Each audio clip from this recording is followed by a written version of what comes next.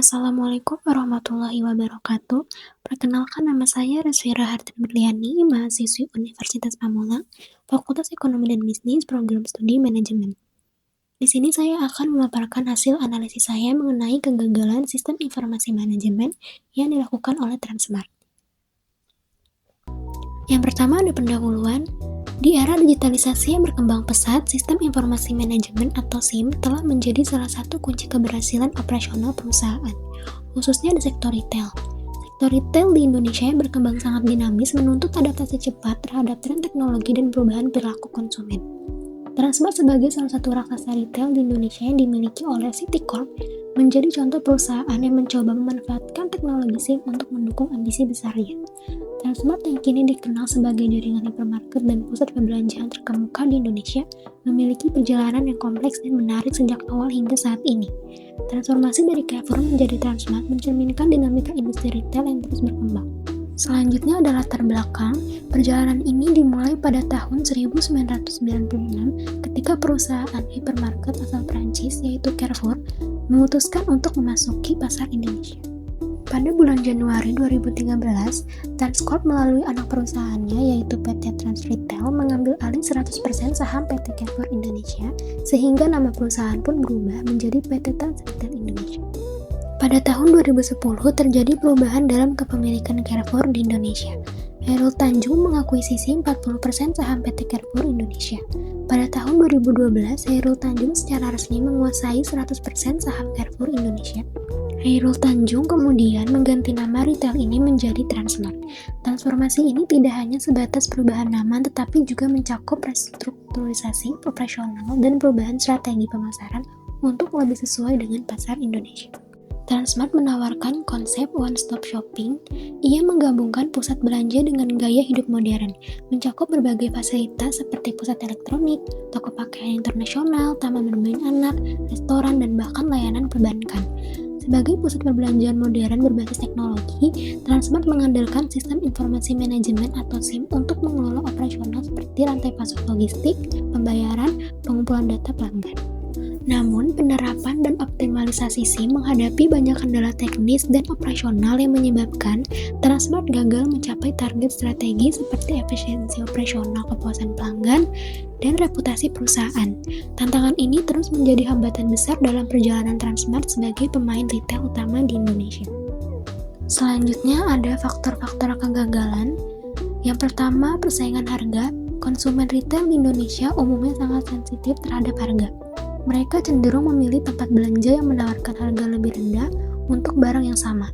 Berdasarkan survei, harga barang di Transmart lebih tinggi dibandingkan supermarket lain seperti Superindo. Hal ini menyebabkan banyak konsumen berpindah ke tempat belanja yang lain yang lebih murah, mengakibatkan penurunan jumlah pengunjung dan penjualan di gerai Transmart.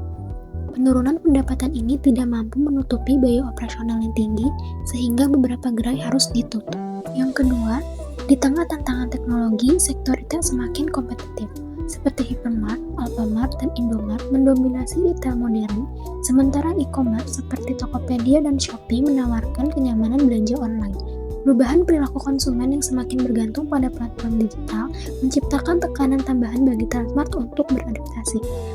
Dalam kondisi ini, kegagalan SIM Transmart yang sering terjadi seperti antrian panjang di kasir karena sistem pembayaran yang lambat mengurangi daya saing perusahaan. Ketiga, lokasi strategis yang mahal. Lokasi gerai Transmart yang berada di tempat strategis seperti pusat kota dan mal besar meningkatkan biaya sewa dan operasional. Biaya operasional yang tinggi memaksa Transmart untuk menetapkan harga lebih tinggi pada produk mereka untuk menutupi biaya tersebut. Hal ini membuat harga di Transmart kurang kompetitif dibandingkan dengan retail lain yang memiliki biaya operasional yang. Keempat, implementasi yang tidak efektif. Proses implementasi SIM di Transmart menunjukkan beberapa kelemahan. Pertama, pelatihan karyawan yang minim. Banyak karyawan tidak mendapatkan pelatihan yang memadai untuk menggunakan sistem baru sehingga terjadi resistensi dan kesalahan operasional. Kedua, integrasi sistem yang buruk. Tidak adanya integrasi data yang baik antara cabang-cabang Transmart sehingga informasi tidak sinkron. Hal ini berdampak pada kesalahan dalam pengelolaan stok, laporan keuangan, dan analisis pasar. 3. Downtime sistem yang sering terjadi. Gangguan teknis yang berulang kali terjadi menghambat operasional harian seperti transaksi di kasir atau pengelolaan stok barang. Kelima, kurangnya perencanaan strategis. Implementasi SIM yang tidak didasarkan pada analisis kebutuhan bisnis yang mendalam. Sistem yang diterapkan tidak sepenuhnya sesuai dengan proses operasional Transmart. Hal ini berdampak pada sistem yang akhirnya menjadi tidak efisien dan sulit diadaptasi oleh karyawan. Terakhir, resistensi terhadap perubahan. Banyak karyawan dan manajer yang enggan beradaptasi dengan sistem baru karena merasa nyaman dengan metode lama.